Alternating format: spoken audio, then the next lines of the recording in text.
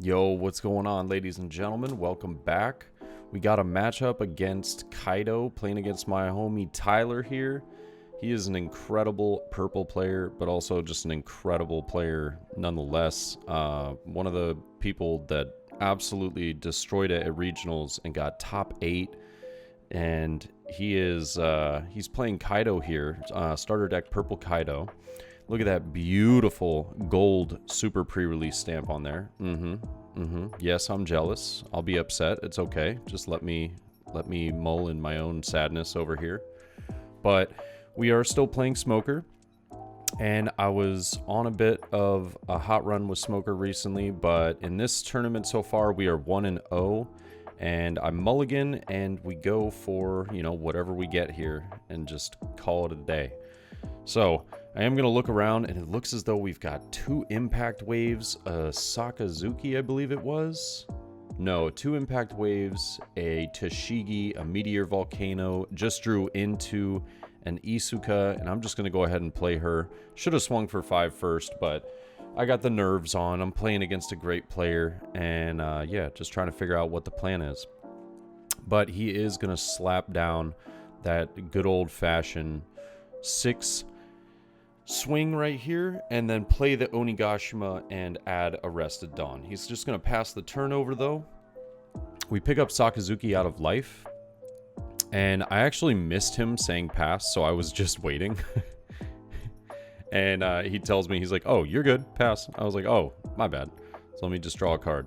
We pick up a 2k counter in Sengoku, and I'll go up to 5 Dawn here. He won the dice roll, so putting me at a bit of a disadvantage going first. However, I think that, it depends on the matchup, really. Like, he doesn't have an extremely, aggro deck, so I'm actually trying to be as aggressive as possible, and I swing for 8 here, leaving 2 Dawn open. Oh yeah, I forgot about this. You'll see the camera just moved. I think one of the people playing next to us was laughing, and they ended up hitting the table, and it moved the camera a little bit.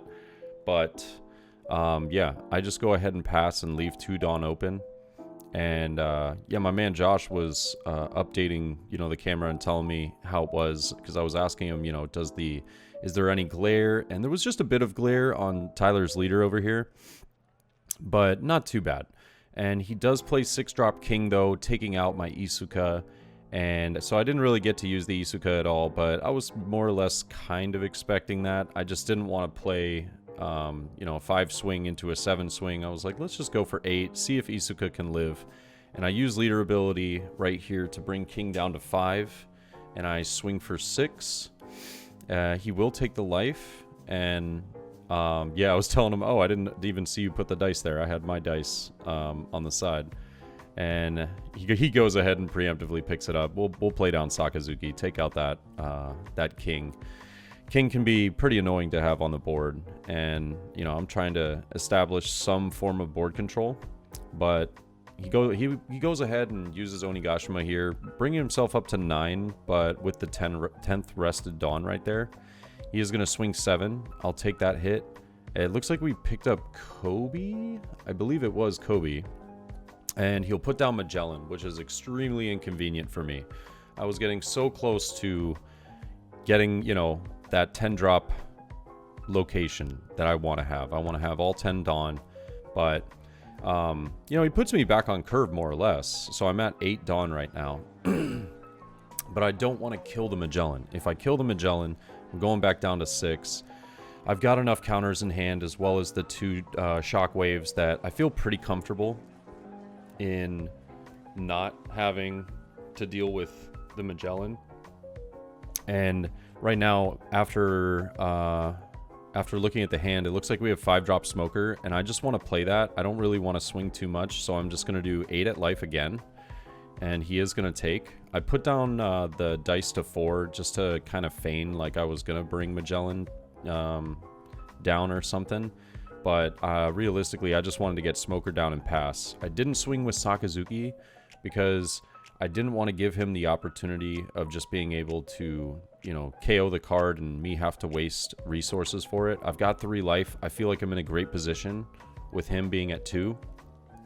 I did do a bit of a ballsy play here and not have any of, you know, remaining Dawn for some impact waves, but he is going to swing 7 at life, and I'm just thinking of whether I want to take this or whether I want to try and counter out or not. And honestly, I think countering out is the best play. I believe it's what I did as well, if I'm not mistaken. But yeah, getting down to 2 life against Kaido is kind of scary. And so we will use Tashigi and Kobe and go up to 8. And so he is going to slap another 2. I'll go ahead and take that life. And now is where I do not want to, you know, lose any more life. But he plays another Magellan, bringing me back down to 9 Dawn once again. So I don't have the 10-drop Kuzan. 10-drop Kuzan would have been great, but at the same time, I really like what I end up doing here for my play. In my opinion, it worked out really well. And I think that playing around the 2 Dawn that he has active is kind of key. So 2 Dawn active makes me feel as though, okay, he has Hell's Judgment, or he has Thunder Baguya. And Thunder Baguya is not going to do him much here. It's not going to give him too much value, but Hell's Judgment could. But he does 2k counter out of that, which I thought was kind of interesting. So I just decide to swing for 9 at life and see what he does. And he takes the life, which now makes me think that he was absolutely baiting me with the Hell's Judgment. And so with 4 Dawn remaining, I'm like, do I swing for 7? And I do. I'll swing for 7 at life, and he will counter out to 8.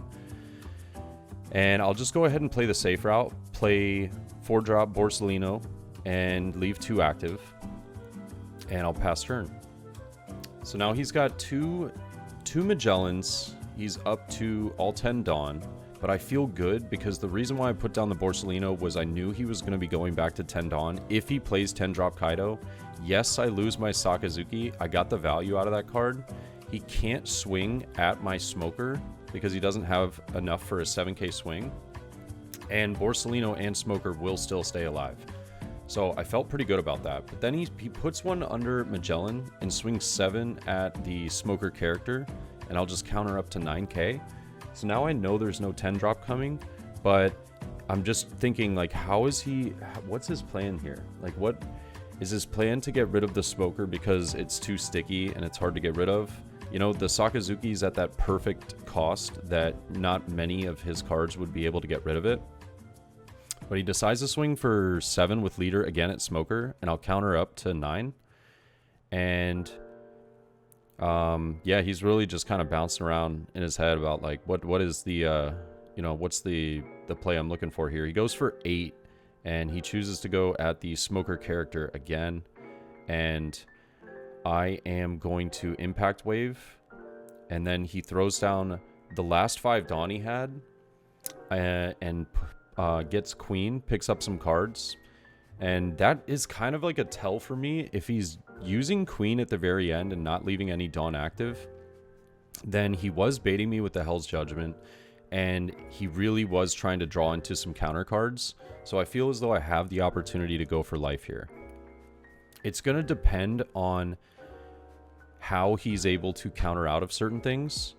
And he fanned out his trash right here, and I didn't ask him to do that, but it actually helped me kind of get an idea and gauge what might be in his hand. I looked over and I was like, okay, he's got a couple of 2Ks that were in trash already. I think he had 4 2Ks that were in trash already.